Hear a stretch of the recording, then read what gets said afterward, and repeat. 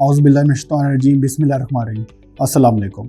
आज ही मैं आप लोगों को अश्वगंधा के मुतालिक बताऊंगा। इसकी बहुत ज़्यादा मुझे मैसेजेस आ रहे थे मेरे फेसबुक प्रोफाइल पे मैसेंजर में कि अश्वगंधा के मुतालिक थोड़ा सा हमें बताएं, जिसे हम आशू पाउडर कहते हैं।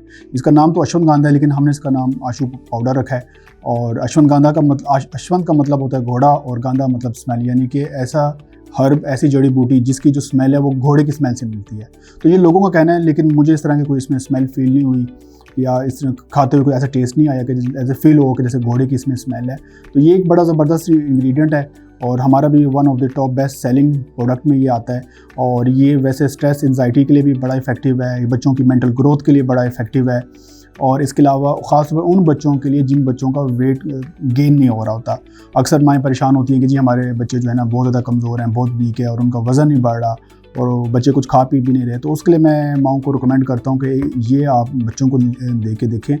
इसका 10 से कम साल के अगर बच्चे हैं तो उनके लिए आधा चम्मच, और अगर 10 साल से ज़्यादा उम्र के बच्चे हैं तो एक पूरा जो टीस्पून है वो आप दूध में मिला के, या जो दलिया होता है उसके अंदर उनको ऐड करके दे सकते हैं, शरबत में मिला के दे सकते हैं, स्मूथीज़ में ऐड करके बच्चों को दे सकते हैं।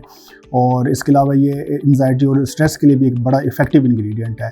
और इसका यूजेज सेम ही है, सारे लोग इसको सेम ही 1 टीस्पून जो है, मैच्योर लोग, एडल्ट्स जो 1 टीस्पून पर डे यूज़ कर सकते हैं, और कोई इसके साइड इफ़ेक्ट नहीं है, कोई ऐसे नुकसानदेह चीज़ नहीं है।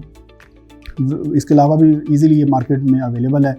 और जो प्रेग्नेंट ख़वातीन हैं उनके लिए मैं रिकमेंड करूँगा कि वो अपने डॉक्टर को कंसल्ट करें इस्तेमाल करने से पहले। Thank you ji.